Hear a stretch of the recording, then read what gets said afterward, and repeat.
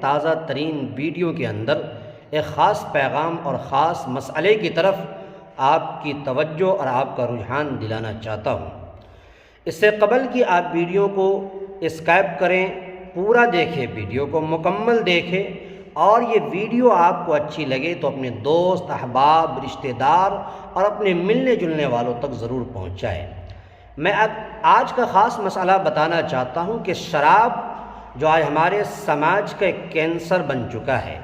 شراب کے اندر بہت سارے بچے جو ہے لگے ہوئے ہیں۔ شراب کا عادی جب بن جاتے ہیں تو شراب کو چھڑانا، اس کی لت سے آزاد کرنا انسان کے لیے بہت مشکل ہو جاتا ہے، ناممکن ہو جاتا ہے۔ جس زمانے کے اندر شراب کو اللہ تبارک و تعالیٰ نے حلال کر رکھا تھا، صحابہ کرام رضوان اللہ علیہ مجمعین کی مقدس جماعت بھی جو ہے اسے لیا کرتی تھی،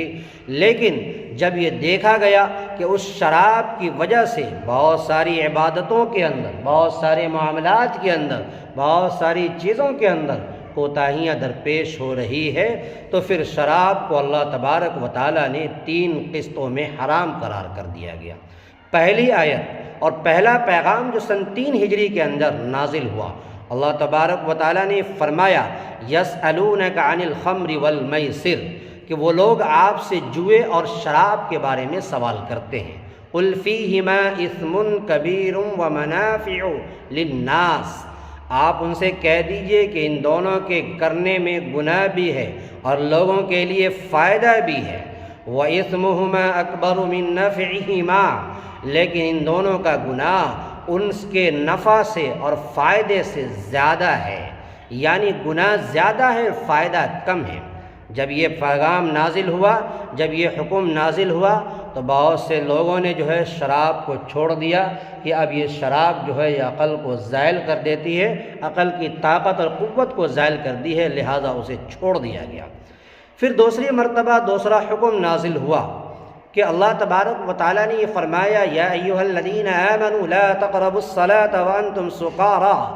کہ ایمان والو نشے کی حالت میں نماز کے قریب مت جاؤ، نماز کے قریب نشے کی حالت میں مت جاؤ۔ جب یہ آیت کریمہ نازل ہوئی تو صحابہ کرام رضوان اللہ علیہ مجمعین کی مقدس جماعت نے جب کہہ دیا کہ جب نشے کی حالت میں نماز کے قریب جانے سے اللہ تبارک و تعالیٰ نے منع فرمایا ہے، لہذا ہم نے شراب کو چھوڑ دیا۔ بہت سے لوگوں نے اور بہت سے صحابہ نے شراب کو چھوڑ دیا۔ اس کے بعد تیسرا حکم نازل ہوا یا ایھا الذین آمنوا انما الخمر والمیسر والانصاب رجس من عمل الشیطان فاجتنبوہ لعلکم تفلحون۔ سورہ مائدہ کی یہ آیت کریمہ ہے، اس کے اندر اللہ تبارک و تعالیٰ نے تفصیل کے ساتھ کہہ دیا انما الخمر والمیسر والانصاب، یعنی جوا، شراب اور سٹے بازی اور دیگر جو چیزیں ہیں اللہ تبارک و تعالیٰ نے اسے حرام قرار دیا۔ رجس من عمل الشیطان، کہ یہ شیطان کا عمل ہے، فاجتنبوہ، تو اس سے بچو، اپنے آپ کو بچاؤ تاکہ تم کامیاب ہو جاؤ۔ یہ حکم نازل ہوا تو صحابہ کرام رضوان اللہ علیہ مجمعین کی مقدس جماعت، جن کے دلوں کے اندر، دماغ کے اندر اللہ کے فرمان کا، رسول اللہ صلی اللہ علیہ وسلم کے طور و طریق کو پر اپنی جان کو نچھاور کرنے کے لیے تیار ہوتے تھے،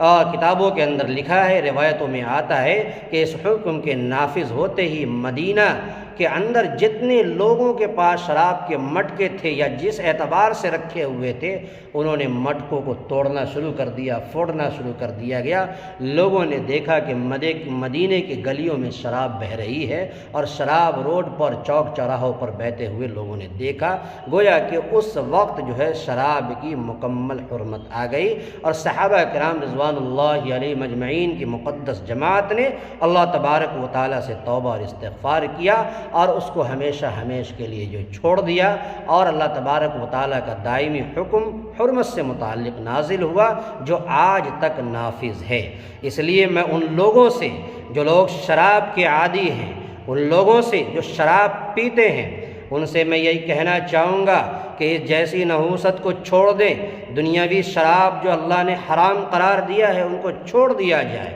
کیونکہ اللہ تبارک و تعالی ہمارے لیے کل قیامت کے دن شراباً طہورا تیار کر رکھا ہے۔ اگر اس شراب کو ہم پینا چاہتے ہیں، اس شراب کو ہم لینا چاہتے ہیں، تو ہمیں دنیاوی شراب سے اور نوشی سے اپنے آپ کو بچانا ہوگا۔ اگر آج ہم اپنے شراب سے اپنے آپ کو بچا لیے تو آنے والی نسلیں بھی جو ہے اس شراب سے بچ کر زندگی گزارے گی، کیونکہ یہ شراب انسان کی عقل کو زائل کر دیتی ہے، انسان کی طاقت و قوت کو ختم کر دیتی ہے، پھر انسان کے اندر اچھے اور برے کی تمیز نہیں ہوتی۔ اللہ تعالیٰ سے دعا کرتا ہوں باری تعالیٰ پروردگار عالم ہم سب کو آج کی ان تمام باتوں پر عمل کرنے کی توفیق مرحمت فرمائے۔ اگر یہ ویڈیو آپ کو اچھی لگے تو اسے ضرور اپنے ساتھیوں کے ساتھ شیئر کریں۔ السلام علیکم ورحمۃ اللہ وبرکاتہ۔